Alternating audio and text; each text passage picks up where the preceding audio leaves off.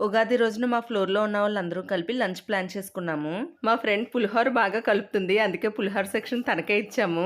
అలా ఒక్కొక్కరు ఒక్కొక్క ఐటెం ప్రిపేర్ చేశాము. అంటే పెద్ద వెరైటీస్ ఏం కాదు. ఉదయం అంతా పండగ హడావుడిలో ఉన్నాం కదా! పనులెక్కువ వల్ల సింపుల్‌గా ఏదైనా చేసేయాలనుకున్నాము. ఏమేం ప్రిపేర్ చేశామంటే ఆలు కుర్మా, రసం, పులిహోర, పప్పు, మామిడికాయ, కొబ్బరి పచ్చడి చేశాము. ఇంకా స్వీట్స్ వచ్చేసరికి బీట్రూట్ హల్వా చేసింది మా ఫ్రెండ్ అయితే. పిల్లలు ఆడుకుంటుంటేనే ఎంత హ్యాపీగా ఫీల్ అయిపోతారో, అలాంటిది కలిసి భోజనం చేయడం అంటే వాళ్ళు ఇంకా ఆనందంగా ఫీల్ అవుతున్నారు.